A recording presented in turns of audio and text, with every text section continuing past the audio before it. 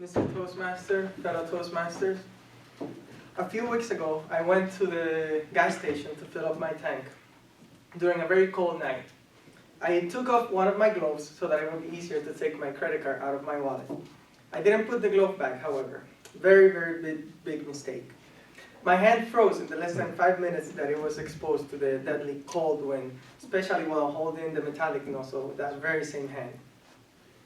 Moments like this are the ones that make me wish that there was no winter at all. However, I do understand that nature has its cycles that we have to respect and try to enjoy as possible. So instead of wishing that winter will just vanish, I try to retreat myself into nicer weather from time to time. Usually I go back to my motherland, the Dominican Republic. However, this winter I took on a slightly different adventure into the Caribbean. I have a friend named Alan who was born in Barbados and who had been inviting me to visit the island for quite some time now. Eventually, after several moments like the one I just described, I gave in. So I left all the snow and winter behind and off I went. I flew into Barbados on a Wednesday night, and immediately as soon as I got to the island I felt right at home. The temperature must have been like 85 degrees, no humidity, just perfect compared to where I was coming from. I got out of the airport to find all of my friends who were waiting for me there wearing shorts and tank tops, as if they had just came back from the beach at 10 p.m.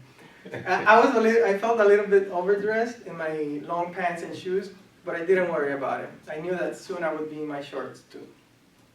I was starving at this point, so my friends took me to a place called Chefette, which, judging by the comments from my friends who had just tried it for the first time, must have been serving something great, fried angels or something. Turns out the place is like the McDonald's of Barbados, except that it tastes a lot better. So I got myself a sandwich, and I ate half of it in the car, the other half while walking to my first destination on the island. We went to a small bar called Surfer's Bar, which was right next to the water. And I didn't even realize this until my friend took me around the stage into this little balcony-looking area with just a couple of tables and chairs from where you could almost touch the water. We stayed there for a couple of hours, had some drinks and laughs, and we used the bar's free Wi-Fi to torture our friends back here by telling them how nice the weather was. We then headed back across the island, passing by some big sugarcane fields to where our home would be for the next 4 days. In the meantime, I was freaking out every time I saw a car pass by. It turns out they drive in the opposite side of the road in Barbados, and my friends purposely put me in the front seat as soon as I got there. But eventually I got over this fear. The next day, we went and visited a plantation called St. Nicholas Abbey, where we got a tour of the sugar cane plantations, and we learned about the process of making sugar, syrup, and rum from sugar canes. After trying some deliciously sweet sugar cane and some rum punch, we embarked in our next adventure towards the mighty Atlantic Ocean. Before sailing into the ocean, we stopped at a nearby beach to swim with a very friendly turtle who was very hard to get into a photograph with. I learned this day that turtles are only slow in land, but they can swim really fast. It took me several minutes to get it in the same frame with the turtle. Eventually, we sailed into the ocean for about 3 hours, enjoying the nice, cool breeze that can only bring freedom to mind. We then went back to land. We visited a friend's party where I fell asleep in the balcony while swinging myself in a hammock. It was the first time I laid in a hammock, and I can tell you, it will make you fall asleep really quick.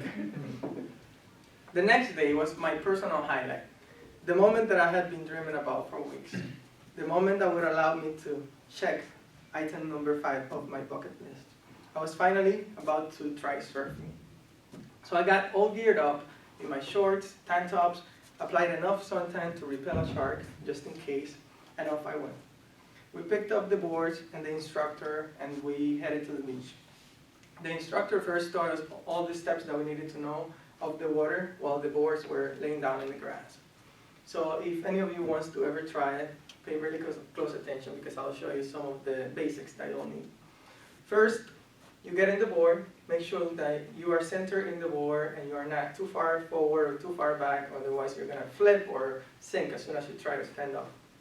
You swim your way out into a good position and wait for your perfect wave. When the wave is a couple of meters behind you, you start paddling so that you can take some speed ahead of the wave.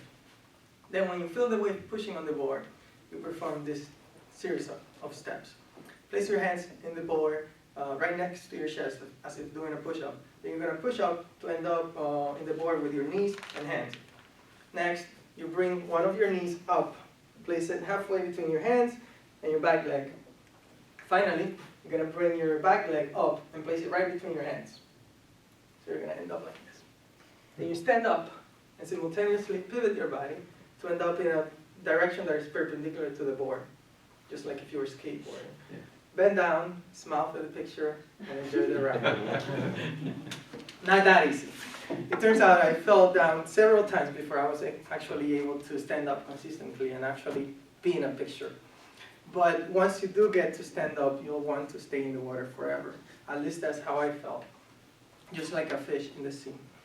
The feeling of being floating and gliding on the water is just indescribable. For the next 2 days, we visited different places and beaches in the island. We got rolled around like little rocks in the sand by the waves. Meanwhile, I was daydreaming about when I was going to be surfing next. I couldn't see a surfboard laying on the sand or somebody surfing at the distance, or my blood pressure would immediately rise. Unfortunately, before I got to try surfing again, I had to take a flight back to New York City, where the moment I stepped outside, all of my surfing dreams were frozen. My suntan lotion became 3 layers of clothing, the waves became snow, and the surfboard became snowboard. And I was happy that winter wasn't over yet, because now I could also surf on snow. Thank you.